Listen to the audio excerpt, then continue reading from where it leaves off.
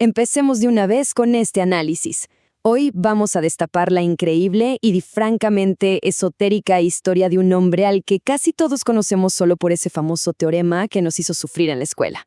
Sí, todos hemos oído hablar de Pitágoras y sus triángulos.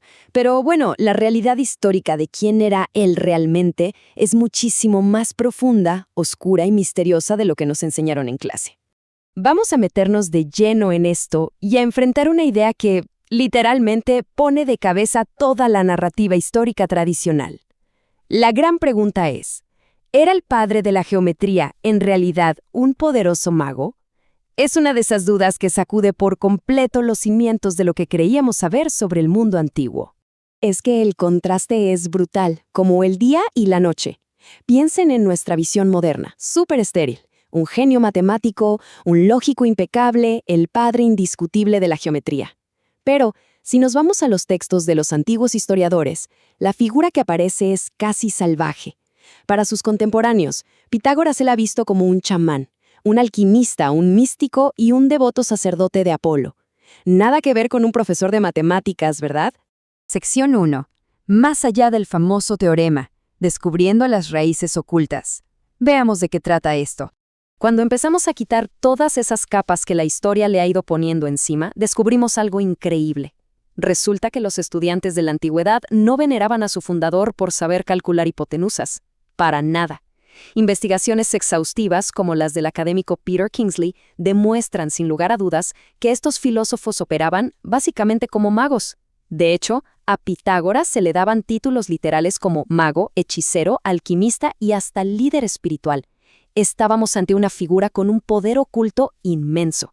Sección 2. Sabiduría secreta de Egipto. El origen del conocimiento arcano. Para entender realmente a este pensador, tenemos que hacer un viaje en el tiempo hasta el antiguo Egipto. Ahí fue exactamente donde se plantaron las semillas de su extraña filosofía.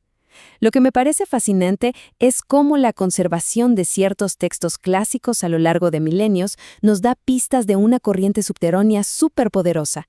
Era un conocimiento, digamos, sumamente delicado, de esos que se pasan en las sombras, de maestro a alumno, durante generaciones. Piensen en esto. Durante sus años de estudio en Egipto, Pitágoras adquirió información que era sencillamente demasiado sensible para dejarla por escrito. O sea, ni pensar en hacer un manual sobre esto. Mientras que sus clases de geometría, basadas en las pirámides, sí se hicieron públicas, el verdadero corazón místico de su educación se mantuvo como un secreto ultra guardado, exclusivo para sus iniciados más cercanos. Sección 3. Mago, alquimista y chamán. Rituales del sacerdocio. Ahora, lo clave aquí es que todo este conocimiento secreto no se quedó solo en ideas o teoría, se tradujo en prácticas físicas que hoy nos parecerían una locura. Para entender qué hacía, hay que conocer un término, iatro mantis. Básicamente, era un chamán o sanador de la antigua Grecia muy ligado al sacerdocio de Apolo. Las historias de la época cuentan cómo Pitágoras salía de santuarios subterráneos de incubación, actuando precisamente como un miembro iniciado de este sacerdocio. Y ojo, que esto no es un invento nuestro ni ficción moderna. Tenemos registros escritos como los del antiguo filósofo Porfirio. Él describe con lujo de detalles cómo Pitágoras realizaba danzas muy específicas en arboledas sagradas, todo con la idea de darle agilidad y salud al cuerpo. Imagínense al gran matemático haciendo danzas rituales de sanación. Es una locura. Su escuela en Italia estaba lejísimos de ser un aula aburrida y seca. Era un centro súper intenso de actividad chamánica. Hacían rituales bajo tierra, practicaban alquimia, numerología sagrada con la famosa Tetractis y tenían reglas muy estrictas, como el vegetarianismo. Pero esperen, no era por hacer dieta o cuidar la figura.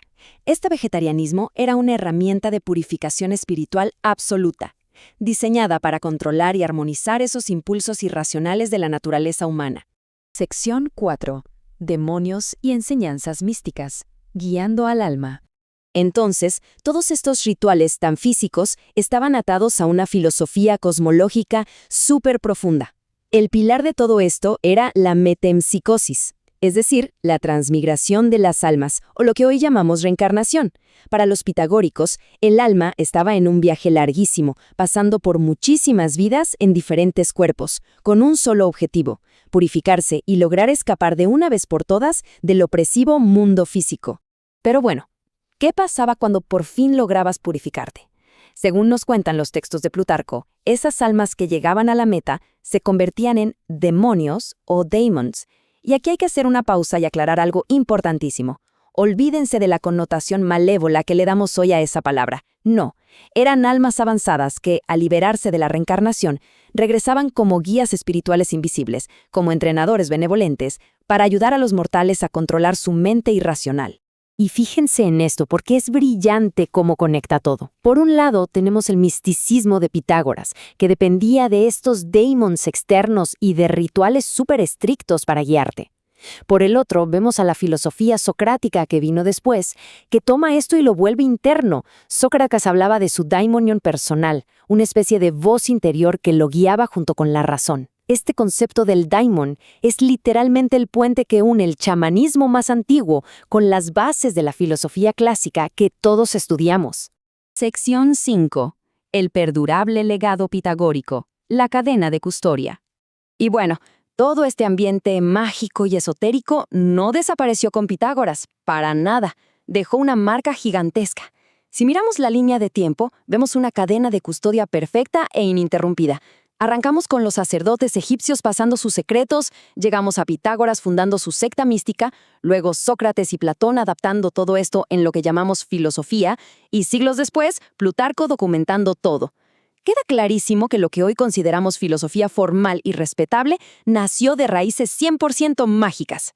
Es que, piénsenlo un momento, Sócrates, Platón, Plutarco, casi todos estos gigantes del pensamiento antiguo que hoy adoramos en las universidades estaban metidísimos hasta el cuello en las tradiciones mágicas, alquímicas y místicas que empezó este hombre. Sí, el mismo al que hoy solo recordamos como un simple matemático. Así que, para ir cerrando este análisis, nos chocamos de frente con una realidad bastante dura. La historia tiene la costumbre de limpiar o esterilizar a sus personajes más excéntricos simplemente para que encajen en el molde de lo que consideramos normal. Y eso nos deja con una pregunta que da vueltas en la cabeza. Si la historia oficial le quitó toda la magia, el chamanismo y el misticismo al mismísimo padre de la geometría, ¿qué otros misterios de la antigüedad han sido borrados por completo de nuestros libros de texto? Sin duda, es para cuestionarnos absolutamente todo.